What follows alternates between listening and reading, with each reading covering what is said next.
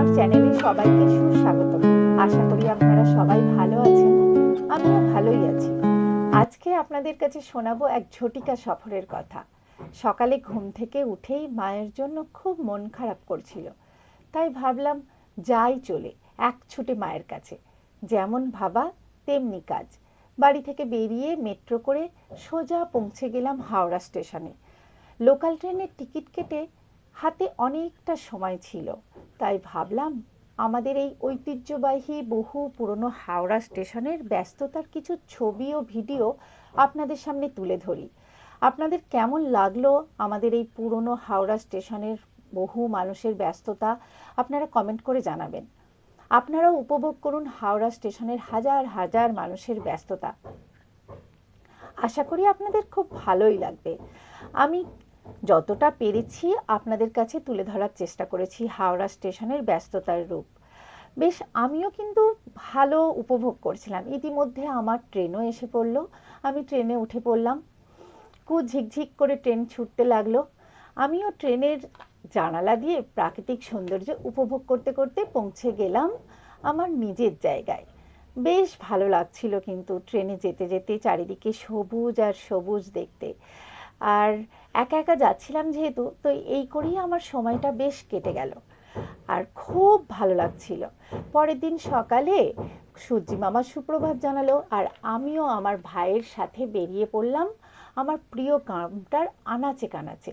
সবার আগে গেলাম আমাদের বড় পুকুরটার পাড়ে।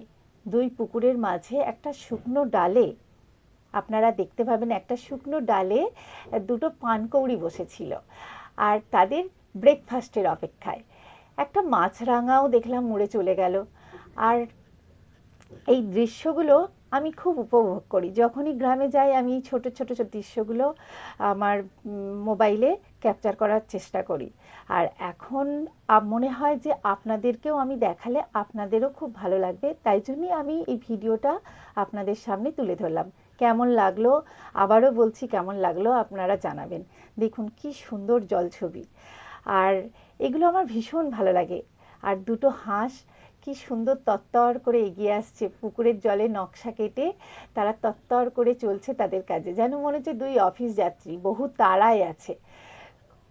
ওদের এই চলে যাওয়াটা নকশা কেটে জলের মধ্যে আমি অবাক হয়ে তাকিয়ে দেখতে থাকলাম, বেশ উপভোগ করছিলাম আর কি। তারপর আমি চলে গেলাম ভাইয়ের সাথে মাঠে। দেখুন আমের মুকুল এসে গেছে আর চারিদিকে বিস্তৃত সবুজ ক্ষেত। সেখানে শুধু আলু চাষ হয়েছে, যেদিকে তাকাবেন শুধু সবুজ আর সবুজ। খুব ভালো লাগছিল, যেমন চোখের শান্তি তেমনি মনের শান্তি। আর তারপর সন্ধেবেলা আমরা পৌঁছলাম আবার ভাইয়ের আবদারে মাঠের মাঝখানে বাইক দাঁড় করিয়ে ট্রেনে চলে যাওয়ার দৃশ্য। আশা করি আপনাদেরও খুব ভালো লাগছে। আমার মনটা একদম ভীষণ খুশি হয়ে গেছিল। মানে কি বলবো, আমরা দুই ভাই বোন মাঠের মাঝখানে দাঁড়িয়ে উপভোগ করছিলাম দূরে ছুটে চলা ট্রেনের মনোরম দৃশ্য। ট্রেন গড়গড়িয়ে ছুটে চলেছে, মনটাও শিশুদের মতো আনন্দে নেচে উঠছিল। আমরা যেন দুই ভাই বোন ফিরে গিয়েছিলাম আমাদের শৈশবে। এত ভালো লাগছিল। পরের দিন আবারও বায়না করলাম ভাইয়েরকে যে চল আবার আমাকে মাঠে নিয়ে যাবি। তো চলে গেলাম, কুয়াশা মাখা টমেটো ক্ষেত দেখলাম। আর টমেটোগুলো খুব মানে ছিঁড়তে ইচ্ছে করছিল আমার, কিন্তু আমি নিজেকে কন্ট্রোল করেছি, ছিঁড়িনি। আমি একটা টমেটোতেও হাত দিইনি। তো সেটা দেখছিলাম, প্রচুর কুয়াশা ছিল। কুয়াশা থাকার জন্য ভিডিওগুলো খুব একটা ভালো আসেনি, যতটা পেরেছি আমি তোলার চেষ্টা করেছি।